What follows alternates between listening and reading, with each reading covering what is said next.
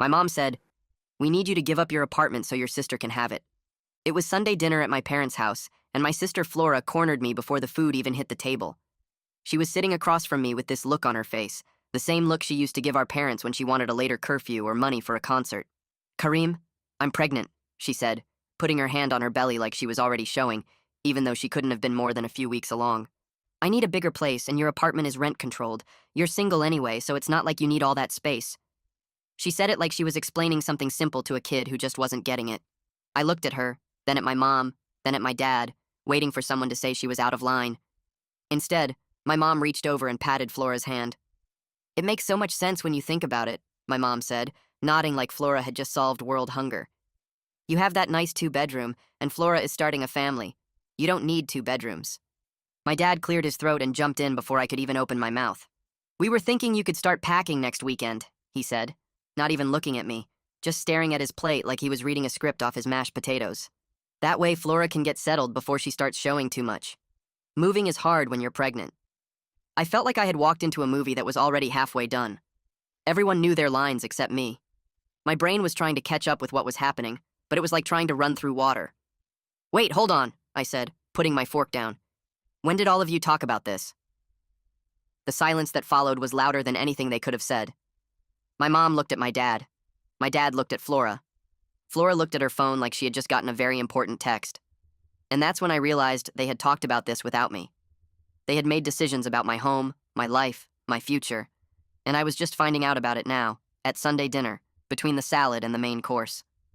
I looked around the table, at my mom who was already mentally redecorating my living room for Flora, at my dad who couldn't meet my eyes, at my sister who was scrolling through what I could now see was a baby furniture website on her phone. My presence here wasn't about getting my input, it was about getting my agreement. They didn't want to discuss this with me. They wanted to inform me that it was already happening. "It's really the best solution for everyone," Flora said, finally looking up from her phone. She had this smile on her face, the kind of smile you give someone when you're about to offer them something you think is generous. "And honestly, Kareem, you can stay with Mom and Dad while you figure things out. It's not like you'll be homeless or anything. I'm actually doing you a favor because you won't have to pay rent for a while."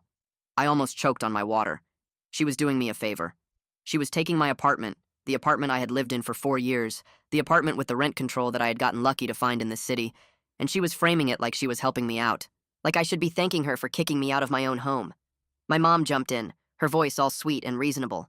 "Your sister is right, honey. You can save some money while you're here, and then when you're ready, you can find something new. Maybe even something closer to us." She said it like living in my childhood bedroom at 31 was some kind of gift. Like I should be excited about moving back into the house I had worked so hard to leave. I sat there for a second, just letting it all sink in. The plan was already made.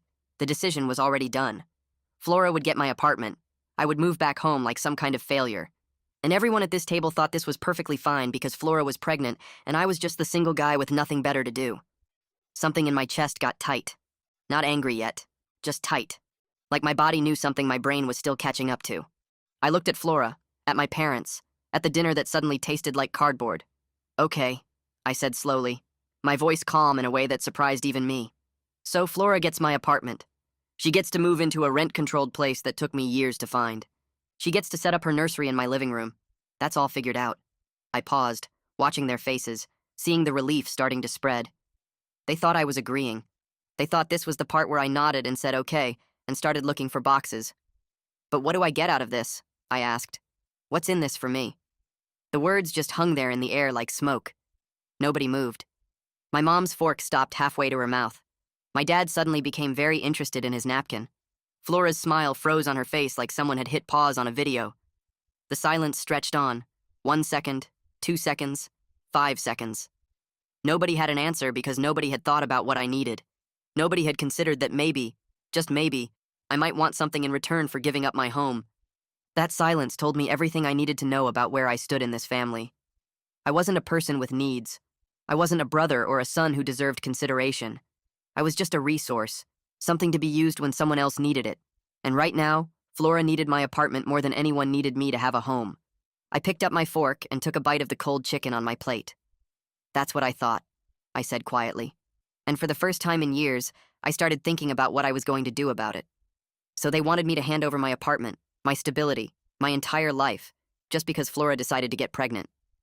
I sat there watching them all nod like I was being unreasonable for even asking what was in it for me. But here's the thing they forgot. I'd been keeping track of every favor, every loan, every time I covered for someone in this family. I had receipts going back years. Not in some crazy notebook or anything, just in my head, in my bank statements, in the texts that never got answered when I asked about getting paid back. If they wanted to play the family sacrifices game, I was about to show them exactly who had been sacrificing and who had been taking. They thought I was quiet because I had nothing to say. They had no idea I was quiet because I was already planning.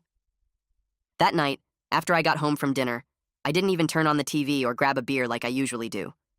I just sat down at my kitchen table, the table that was apparently Flora's now, and I started going through everything. My phone first, scrolling back through years of texts, looking for every time someone in my family asked me for something. Then I opened my laptop and pulled up my email, searching for receipts, confirmations, anything that showed money going out. Then came the bank statements, 3 years of them, printed out and spread across the table like evidence in a court case. Because that's what this was now. I was building a case, and I was going to make sure it was airtight. The first thing I found was Flora's car insurance.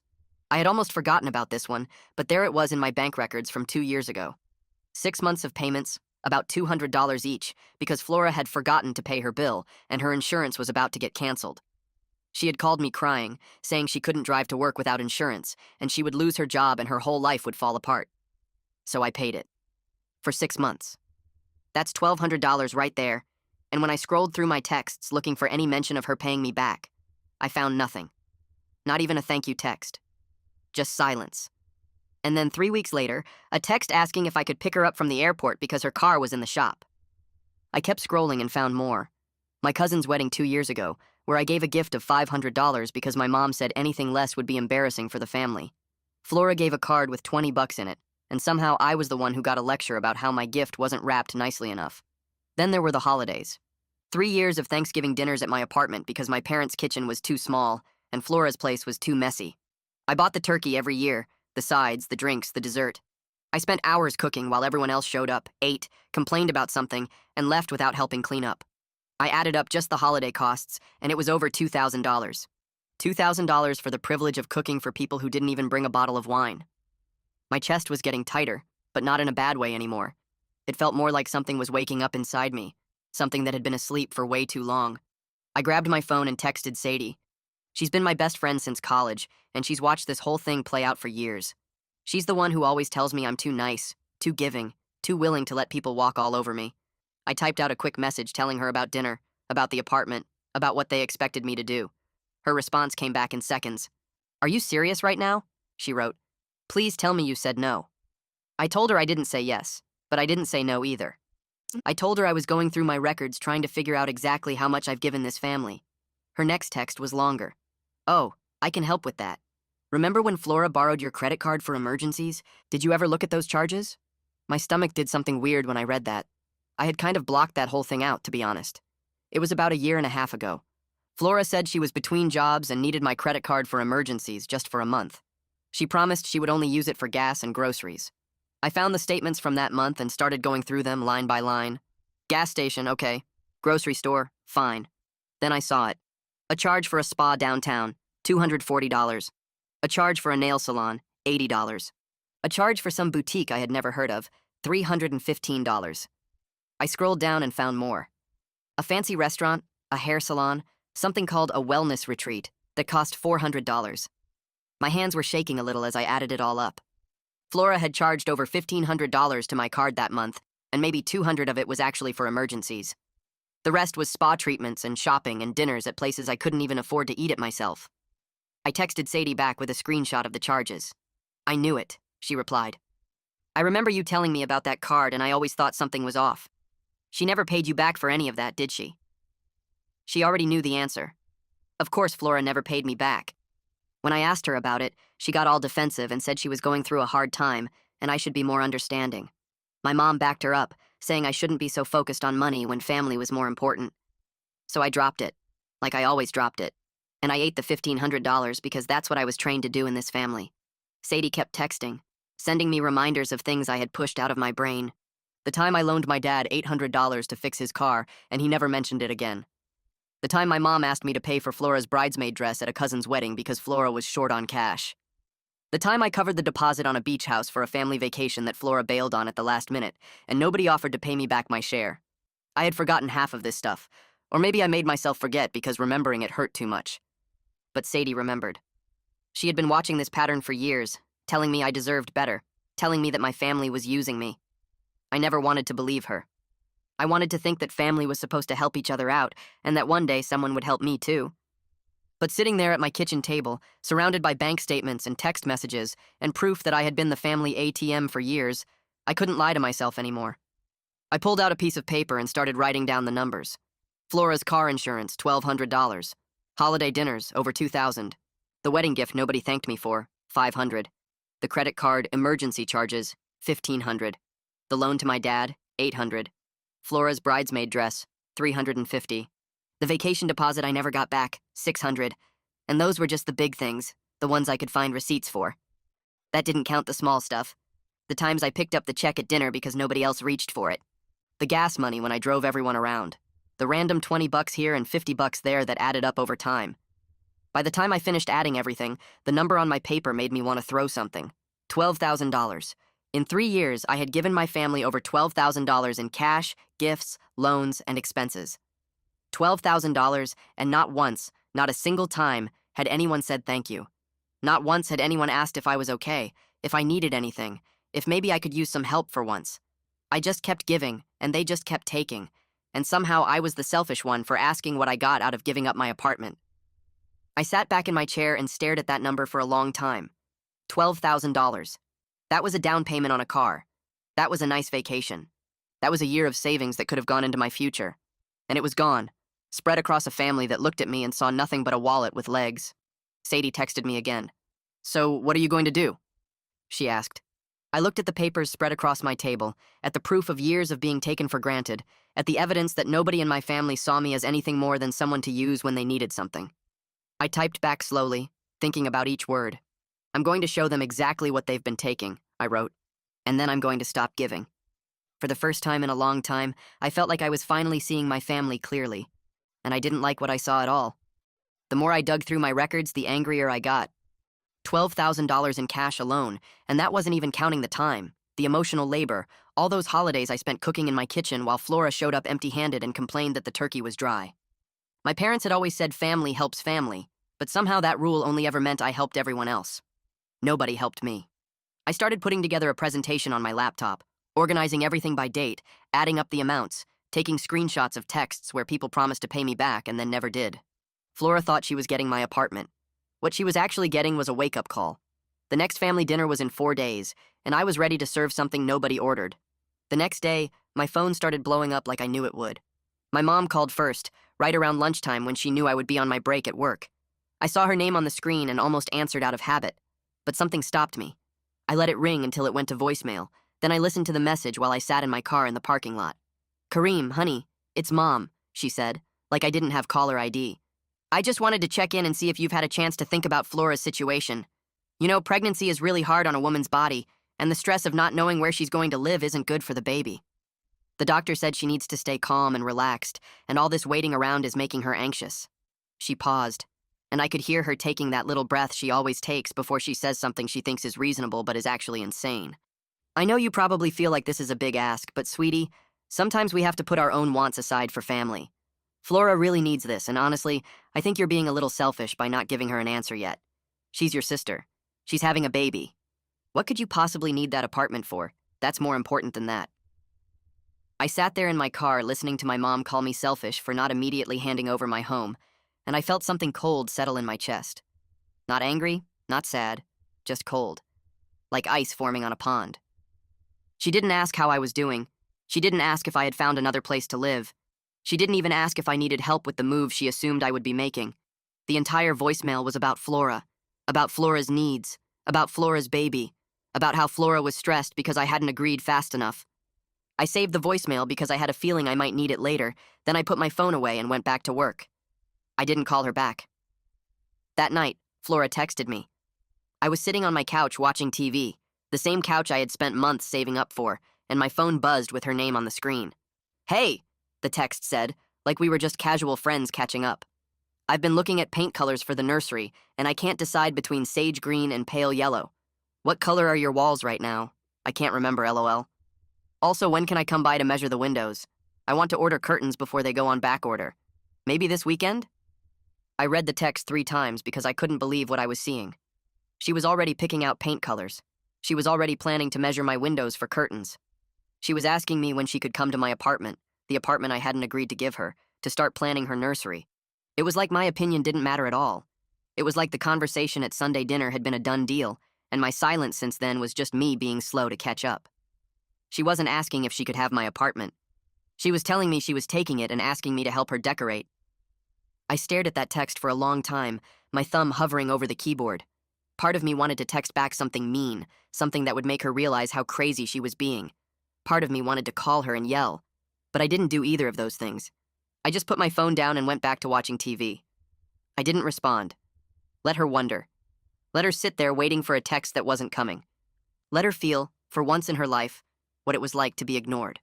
The next morning, my dad left me a voicemail. I was in the shower when he called, and when I got out and saw the missed call, I knew exactly what it was going to be. My dad doesn't call unless my mom makes him, so this was obviously the next step in their plan. First mom with the guilt, now dad with the authority. I played the message while I got dressed, and sure enough, there it was. "Kareem, this is your father," he said, all formal like he was leaving a message for a business contact.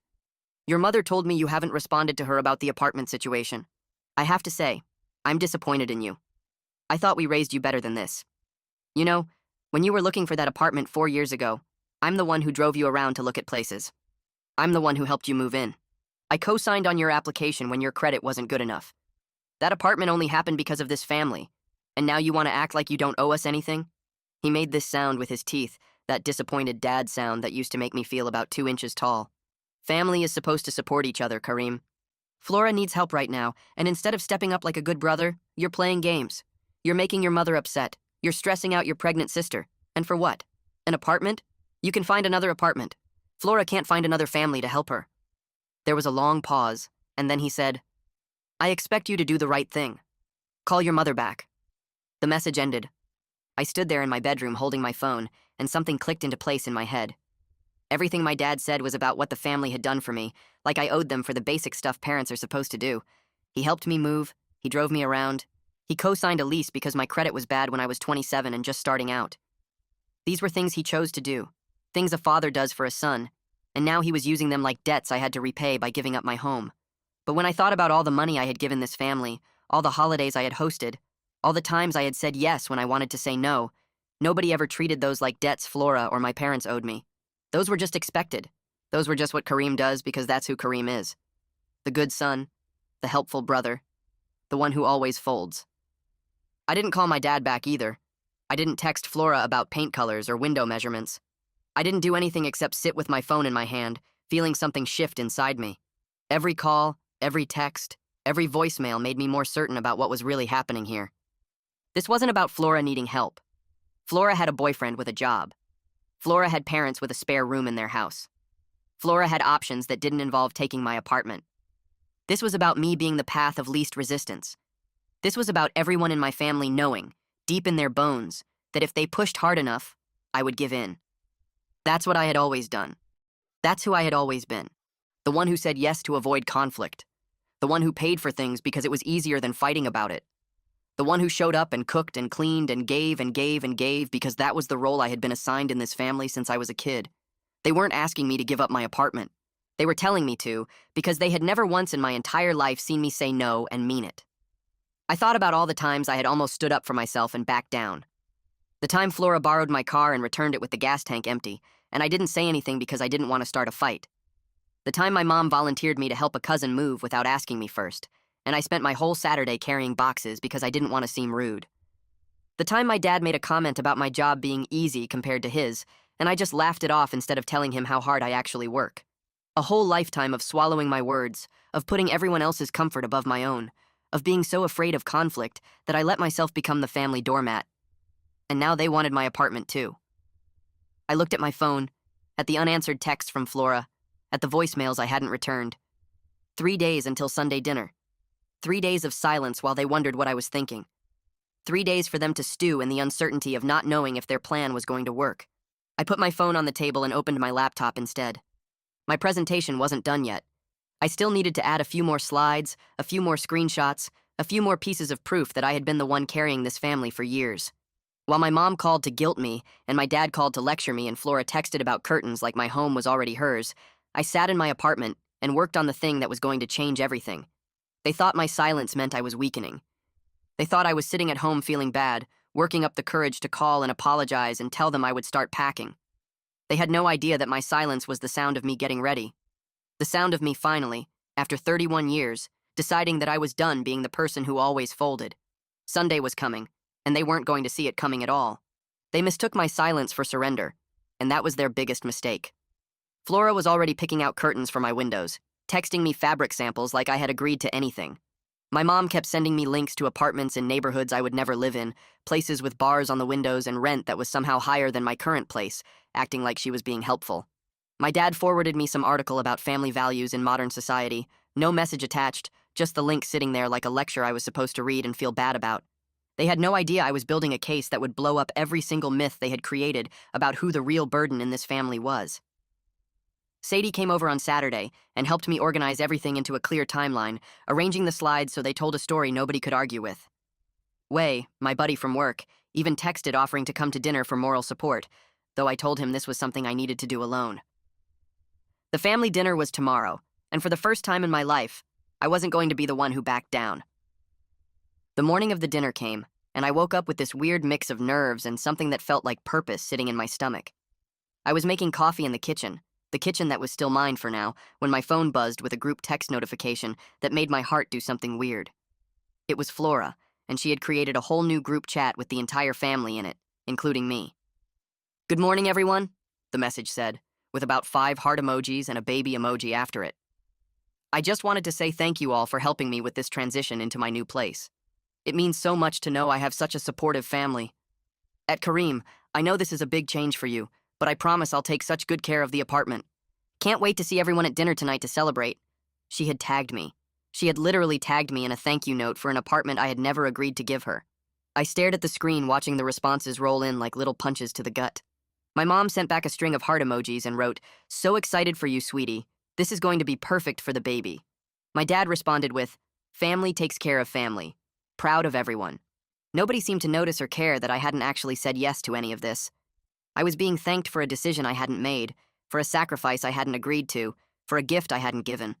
They were all acting like it was done, like my apartment was already Flora's, like my opinion had never mattered in the first place. I felt something heavy settle in my chest as I read those messages over and over again. The old familiar weight, the one that had been sitting there for years, pressing down every time I wanted to say no, but said yes instead. I could feel the guilt starting to creep in around the edges of my thoughts, seeping through the cracks in my anger like water finding its way through a wall. That voice in my head, the one that sounded a lot like my mom, started whispering all the things I had heard my whole life. "Just give in, Kareem. Keep the peace. Don't make a scene. Flora needs this more than you do. You're the good son, the responsible one, the one who doesn't cause problems. Family is more important than an apartment. You can always find another place to live. Is a 2-bedroom really worth losing your family over?" I sat down at my kitchen table with my coffee going cold in my hands, and I looked at my laptop where the presentation was still open from last night. 43 slides, 3 years of proof, $12,000 in receipts and screenshots and evidence that I had been carrying this family on my back while they barely noticed I existed. And for a moment, sitting there in the quiet of my apartment with my family's celebration lighting up my phone screen, I thought about deleting all of it. My finger actually hovered over the trackpad, the cursor sitting right there on the little trash can icon. I could make this all go away with one click. I could text Flora back right now and tell her congratulations, tell her I would start packing next weekend, tell her whatever color she picked for the nursery would look great. I could call my mom and hear the relief flood back into her voice, the warmth returning after days of cold disappointment and guilt trips. I could go to dinner tonight and be the good son again, the one who gives and never asks for anything back, and everything would go back to normal. My family would love me again, or at least they would treat me like they loved me, which was close enough, right? That's what I'd been telling myself for 31 years. Close enough was good enough. Being needed was almost like being wanted.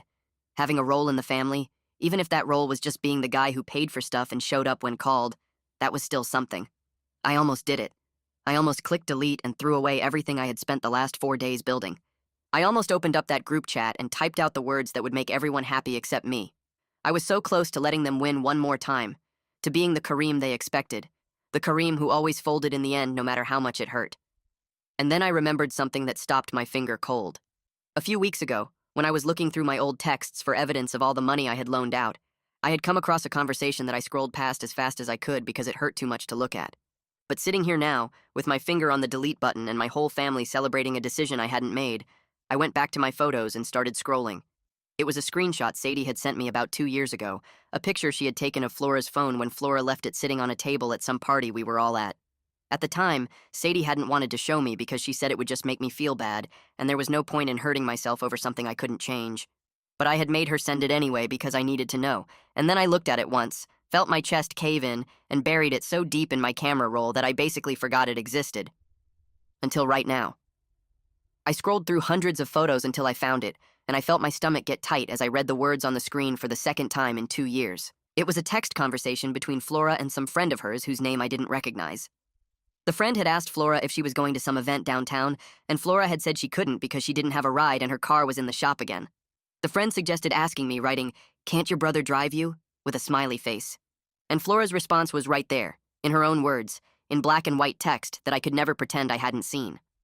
Lol. I guess I could ask Kareem. He's kind of pathetic, TBH. Like he doesn't have a girlfriend and he never really has, so that's why he has nothing better to do than help us out. It's actually pretty convenient. He's like a free Uber that also pays for stuff. She had added a crying, laughing emoji after the word convenient, like the whole thing was just so funny to her. Her friend had responded with, "OMG, that's mean, but also kind of true, lol," and Flora had written back, "I know, but like what else is he gonna do with his time? At least this way he feels useful." I read those words again, feeling each one land somewhere deep in my chest. Pathetic. Nothing better to do than help us. At least this way he feels useful. I read them a third time, watching the letters blur a little because my eyes were doing something weird that I refused to call crying. And then something inside me went very, very quiet. Not angry, not sad, not hurt in the way I had been hurt so many times before. Just cold. Like someone had reached inside my chest and turned off a switch that had been buzzing in the background my entire life. A switch I didn't even know was on until it suddenly wasn't. The guilt that had been creeping through my chest dried up and blew away like dust. The voice in my head that sounded like my mom stopped talking mid-sentence and went silent. The weight I had been carrying for years, the one that pressed down every time I tried to say no and made me feel like the worst person in the world for wanting something for myself, lifted off my shoulders like it had never been there at all. I looked at my presentation, at the 43 slides, at the proof of everything I had given to a family that thought I was pathetic for giving it. And I understood something that should have been obvious a long time ago, but somehow never was. This wasn't about the apartment. It had never really been about the apartment. It was about every version of me that had ever gotten walked over.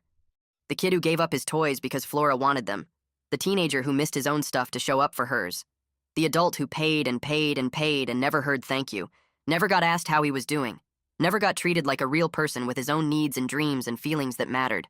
It was about 31 years of being told that family comes first, and then watching my family put me dead last, over and over again, while I smiled and nodded and told myself that one day they would see everything I had done for them. They did see it. They saw all of it. They just didn't care because to them, I wasn't a brother or a son. I was convenient. I was a free Uber that also paid for stuff. I was pathetic. I closed the screenshot and put my phone face down on the table. My coffee was completely cold now, but I didn't care about that anymore. I picked up my laptop and looked at my presentation one more time, and instead of deleting it, I added one final slide at the very end. A screenshot of Flora's text. Her own words, in her own hand, sent to her own friend. Pathetic. Nothing better to do. At least this way he feels useful. Tonight, my family was going to see exactly who they had been treating like a doormat for 3 decades. And for the first time in my life, I wasn't doing it for them. I was doing it for every version of me that never got to stand up. I walked into that dinner with my laptop in my bag and a calm I had never felt before in my entire life. Flora was already there when I arrived, sitting in the living room with her hand on her belly, glowing and smug, talking to my mom about nursery themes and baby furniture like she was already moved into my apartment. My parents had set an extra place at the table for her boyfriend, some guy I had met maybe twice, like this whole thing was a celebration dinner instead of what it actually was. They didn't notice that I hadn't brought wine like I usually did every single Sunday. They didn't notice that I sat down at the head of the table, the spot where my dad normally sat, instead of my usual chair tucked in the corner. They were all too busy congratulating themselves on solving Flora's problem, on being such a supportive family, on making everything work out so perfectly. They never saw me pull my laptop out of my bag and walk over to the TV. My mom looked up from her conversation with Flora and squinted at me like I had just grown a second head. "Kareem, honey, what are you doing?" she asked, her voice still pleasant, but with this edge underneath it like she could already tell something was off. I didn't answer her right away. I just plugged the cable into my laptop and clicked the button to mirror my screen, and suddenly the TV that usually showed cooking shows and football games was displaying something very different. The first slide popped up in big, bold letters that filled the whole screen, white text on a dark blue background, simple and clean and impossible to ignore. Family contributions 2021 to 2024. That's all it said. Just a title, just a date range, just the beginning of everything I had been putting together for the past 4 days. The room went quiet for about half a second before Flora let out this nervous little laugh, the kind of laugh people do when they're not sure if something is a joke or not. "Okay, what is this?" she said, looking around at my parents like she was waiting for someone to explain what was happening. "Is this some kind of presentation? Are you doing a bit right now?" My dad pushed his chair back from the table and crossed his arms over his chest. "Kareem, stop being dramatic," he said, his voice flat and tired like he was already exhausted by whatever I was about to do. "We're here to have a nice family dinner, not watch some slideshow. Put that away and sit down." My mom was already reaching for the remote control on the coffee table, her hand stretching out like she was going to just turn off the TV and make this whole thing disappear. But I was faster. I picked up the remote before she could get to it and slipped it into my pocket, never taking my eyes off the screen. "Actually, I think you're all going to want to see this," I said, and my voice came out steady in a way that surprised even me. "I've been doing some math, and I think it's time we all looked at the numbers together." I clicked to the next slide, and there it was. A list of dates and dollar amounts going back 3 years, each line showing money that had left my bank account and gone somewhere into this family. The first entry was Flora's car insurance, 6 months of payments, $1,200 total, with a note next to it that said, "Never repaid." My mom's hand dropped back to her lap. My dad uncrossed his arms. Flora stopped laughing. I kept going. The next slide showed the credit card charges from when Flora borrowed my card for emergencies. Each line item listed out with the date and the amount, and a little description of what it was. Gas station, $42. Grocery store, $67. Then it started getting interesting. Spa downtown, $240. Nail salon, $80. Boutique shopping, $315. Wellness retreat, $400. Fancy restaurant, $180. The total at the bottom of the slide was circled in red, $1,547, with another note that said, "Promised for emergencies only, never repaid." I watched Flora's face as the numbers scrolled by, and I saw the exact moment when she realized what she was looking at. Her skin went from that pregnant glow to something closer to the color of paper. Her mouth opened and then closed again without any words coming out. She looked at her boyfriend, who was staring at the screen with his eyebrows pushed together like he was seeing a stranger instead of the woman sitting next to him. "Those were emergencies," Flora said, but her voice came out small and weak. "I was going through a really hard time and I needed to take care of myself." I didn't respond to that. I just clicked to the next slide, which showed a screenshot of the text conversation where she had promised to only use the card for gas and groceries. Her own words, right there on the screen for everyone to see. Then I clicked again, and the next slide showed holiday expenses. 3 years of Thanksgiving dinners that I had hosted and paid for, broken down by year. Turkey, sides, drinks, dessert, paper plates and napkins because nobody ever helped with dishes. The totals added up at the bottom, over $2,000 across 3 years, with a note that said, "No contributions from any other family member." My dad stood up from his chair. "Okay, that's enough," he said, his voice getting louder. "This isn't the time for this, Kareem. Your sister is pregnant and she's stressed out, and you're making a scene over a few dollars here and there. Turn that off and sit down." I looked at him, really looked at him, and I felt that cold calm spread through my chest again. "A few dollars?" I said, clicking to the next slide. "Let me show you the total, Dad." The screen filled with a single number, big and bold and impossible to argue with. $12,437. That was the grand total of everything I had given this family in the past 3 years alone. Cash, gifts, loans, covered expenses, all of it added up and sitting there on the screen like a verdict. Below the number was a simple question in smaller text. Amount repaid, $0. My mom put her hand over her mouth. My dad sat back down in his chair like his legs had just given out. Flora was shaking her head back and forth, still staring at the screen, still looking like she couldn't believe what she was seeing. "This isn't fair," my mom said, her voice coming out muffled behind her hand. You can't just put numbers on family, Kareem. That's not how it works. We help each other because we love each other, not because we're keeping score. I clicked to the next slide, which showed a text message from 2 years ago.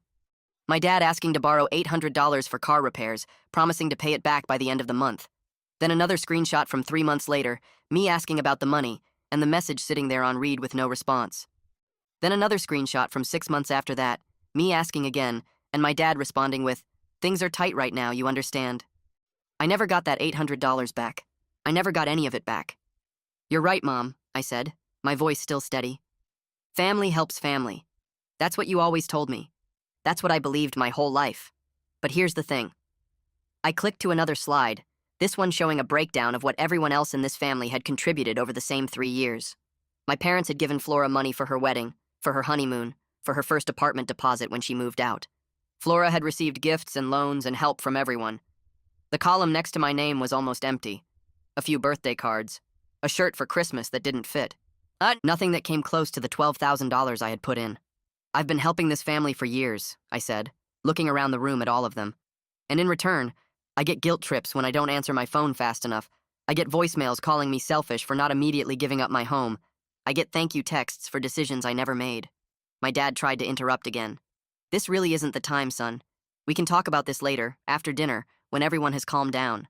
No, I said, and the word came out sharp enough to cut through whatever he was going to say next. This is exactly the time. You made it the time when you sat me down at Sunday dinner and told me I was giving up my apartment. You made it the time when you called and texted and left voicemails trying to pressure me into a decision without ever once asking what I needed. You made it the time when Flora sent a group text thanking everyone for my apartment like I had already agreed. I clicked to the next slide, which showed that group text from this morning. Flora's cheerful message about her new place. My mom's heart emojis. My dad's proud response about family taking care of family. You all decided this without me, I said. You all planned out what was going to happen to my life and then invited me to dinner to tell me about it. So if you want to tell me this isn't the time to talk about what I've given this family and what I've gotten back, then I need you to explain when the time would be. Because apparently the time to take my apartment was right now. The time to guilt me was right now. The time to pressure me was right now. So the time to show you exactly who has been sacrificing in this family, that's right now too. The room went completely silent after that. For the first time in my entire life, no one was talking over me. No one was interrupting. No one was trying to explain away what I was saying or tell me I was being too sensitive. Flora's boyfriend was staring at her like he was seeing a completely different person, his face doing this thing where I could literally watch him putting pieces together that he hadn't known were missing. My mom's mouth kept opening and closing like a fish pulled out of water, trying to find words that just weren't coming. My dad was looking at the numbers on the screen, at the dates, at the proof of years and years of taking, and his face had gone gray. I wasn't done yet. I clicked to the very last slide, the one I had added this morning after reading Flora's text one more time. It was just a simple question in white letters on a black background, no numbers this time, no receipts, just 6 words that hung in the air like smoke. What has anyone in this family ever done for me? I let it sit there on the screen. I let them look at it. I let them feel what I had been feeling for years, that hollow aching wondering if anyone actually cared about me or if I was just convenient. And then I told them my decision. I'm not giving up my apartment, I said, and the words felt like stones dropping into still water, heavy and final and impossible to take back. I worked for that place. I found it. I pay the rent every month, it's mine, and I'm keeping it. The room stayed frozen for another second, everyone still processing what I had just said, and then I kept going because I wasn't finished yet. And it's not just the apartment. I'm done being the family emergency fund. I'm done getting calls asking for money that nobody ever pays back. I'm done hosting holidays that nobody helps with. I'm done being the one who always says yes because nobody else in this family ever learned what it feels like to hear no. Flora made this sound, somewhere between a gasp and a cry, and when I looked at her, she had tears streaming down her face, her hand still pressed against her belly like she was protecting the baby from my words. You're ruining my life, she said, her voice cracking and wobbling in that way it always did when she wanted someone to feel sorry for her. I'm pregnant, Kareem. I'm having a baby and I need a place to live and you're just going to let me struggle? You're going to stand there and watch your own sister suffer because you're mad about some money from years ago? I shook my head slowly, feeling that cold calm still sitting in my chest like an anchor keeping me steady. Flora, you have a boyfriend, I said, nodding toward the guy sitting next to her who still looked like he had just witnessed a car accident. He has a job, right? He makes money? Her boyfriend opened his mouth to say something, but Flora cut him off with a sharp look. That's not the point, she said quickly. We need help. Babies are expensive and apartments are expensive and we can't do it all on our own. Then move in with Mom and Dad, I said. They have a spare room. The same spare room you told me I could stay in while I figured things out, remember? If that room is good enough for me to live in while I rebuild my entire life, then it's good enough for you to live in while you figure out your next steps. Flora's face did something complicated, like she wanted to argue but couldn't find the words because she knew I was right. That's different, she finally said. I'm pregnant. I need my own space. I need a nursery and a place to raise a baby. You're just single. You don't need a 2-bedroom apartment, you just want it. And you just want it too, I said. The difference is I have it and you don't. And instead of finding your own solution, you decided to take mine. You have options, Flora. You have a boyfriend who can help pay for an apartment. You have parents who would let you move in tomorrow if you asked. You have choices. The only option anyone gave me was to give up everything I worked for and move back into my childhood bedroom at 31 years old. I turned away from Flora and looked at my mom, who was sitting in her chair with her face pale and her hands twisted together in her lap. And you, I said, not angry, just tired. So tired of this same pattern playing out over and over again. You called me selfish. You left me a voicemail telling me that I was making Flora anxious and stressing out the baby by not agreeing fast enough to give up my home. You sent me links to terrible apartments like you were doing me a favor. My mom's eyes were wet now, her lips pressed together in a thin line. Family is supposed to sacrifice, Kareem, she said, her voice quiet but still trying to hold on to that old argument. That's what family does. We help each other when times are hard. That's how I raised you. Something in my chest tightened at those words, but I didn't back down. When was the last time you sacrificed anything for me, Mom? I asked. When was the last time you gave something up so I could have something better? When was the last time anyone in this family looked at me and asked what I needed instead of just assuming I would be fine? The silence that followed was so heavy I could feel it pressing against my skin. My mom looked at my dad. My dad looked at the floor. Flora kept crying quietly into her hands. Nobody had an answer because there was no answer. Nobody could point to a single moment where they had put me first, where they had sacrificed something for my benefit, where they had treated me like a person instead of a resource. The seconds stretched out, 10, 15, 20, each one making the truth more and more obvious. I had been giving to this family my whole life, and they had just kept taking, never once stopping to wonder if maybe I was running out of things to give. Finally, my dad cleared his throat. He looked older than he had when I walked in, smaller somehow, like the weight of everything I had shown them was pressing down on his shoulders. Maybe, he said slowly, each word coming out like it hurt to say, maybe we have been taking you for granted. It wasn't much. It was barely an admission at all. But it was the first time in my entire life that my father had ever suggested that maybe, just maybe, the way this family treated me wasn't completely okay. I felt something shift in my chest. Not forgiveness. Not yet. But something like relief. Like I had been carrying a weight that nobody acknowledged was heavy. And now someone had finally looked at it and said, yes, that's real. That's there. I see it.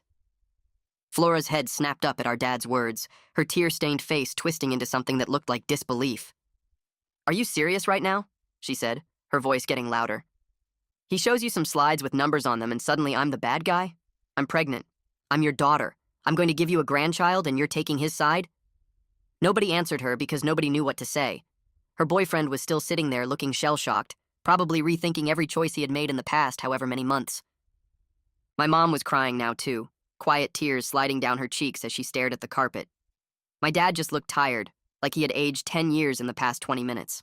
Flora stood up from the couch, her whole body shaking with anger or tears or both. Fine, she said, spitting the word out like it tasted bad. Fine. If that's how this family is going to be, if nobody is going to help me when I actually need it, then fine. I'll figure it out myself. I always do. She grabbed her purse from the arm of the couch and started walking toward the door. Her boyfriend scrambled to follow her, pausing just long enough to give me a look that I couldn't quite read before he disappeared after her. The front door slammed so hard the pictures on the wall shook, and then she was gone. The room felt different without Flora in it. Quieter. Smaller. My mom was still crying, her shoulders shaking with these little sobs that made her look so much older than I was used to seeing her. I stood there not knowing what to do, not knowing if I should comfort her or just leave or wait for someone else to say something. I didn't realize, my mom finally said, her voice coming out broken and wet. She looked up at me, and for the first time I can remember, she actually saw me. Not the son who always helped, not the brother who always said yes, not the family ATM that was always there when someone needed cash. Just me. I didn't realize how much you've been doing, Kareem. I didn't see it. All these years, All those times you helped out, I just thought that's who you were, that you liked doing it, that it made you happy to help your sister, to help us. She shook her head, more tears spilling down her face. I never stopped to think about what it cost you. I never asked if you were okay. I just kept asking for more, and I never gave anything back. Something in my throat got tight listening to her say those words. It wasn't an apology, not exactly, but it was something I had been waiting my whole life to hear. Recognition. Acknowledgement. The simple admission that what I had been doing mattered, that it had weight, that it cost me something every time I said yes. My dad hadn't said anything else since his quiet admission, just sitting in his chair looking at his hands like he was trying to figure out who he even was. The man who had lectured me about family values, who had made me feel like a disappointment for hesitating, who had reminded me of every favor he ever did, like I owed him my entire life for the basic things a father should do. He looked smaller now, more human, less like the authority figure who always had to be right. I unplugged my laptop from the TV and closed it, sliding it back into my bag. The screen went dark, and suddenly the room was just a living room again. Just the place where we had Sunday dinners, just the spot where I'd eaten 1,000 meals while feeling invisible. I'm not trying to hurt anyone, I said, my voice coming out quieter now that the anger had mostly drained away. I'm just trying to exist. I'm trying to have a life that's mine, not one where I'm just here to make everyone else's life easier. I want to matter to this family because I'm your son, not because I'm useful. My mom nodded, wiping her eyes with the back of her hand. You do matter, she said. You always mattered. I just forgot to show you. I forgot to tell you. I took it for granted that you knew, and I shouldn't have. I picked up my bag and slung it over my shoulder, suddenly feeling exhausted in a way that went all the way down to my bones. I'm going to go home, I said. To my apartment. The one I'm keeping. My dad looked up at that, finally meeting my eyes. He looked like he wanted to say something, but the words wouldn't come. Instead, he just nodded, once, a small movement that might have meant okay, or might have meant I understand, or might have meant something else entirely. I walked to the door, my footsteps sounding loud in the quiet house. Before I opened it, I turned back one more time and looked at my parents sitting there in the wreckage of a family dinner that had turned into something none of us expected. Maybe next Sunday can just be dinner, I said. No plans, no asks, no schemes, just dinner. My mom gave me a watery smile, the kind that said she was sad but also maybe a little hopeful. I'd like that, she said.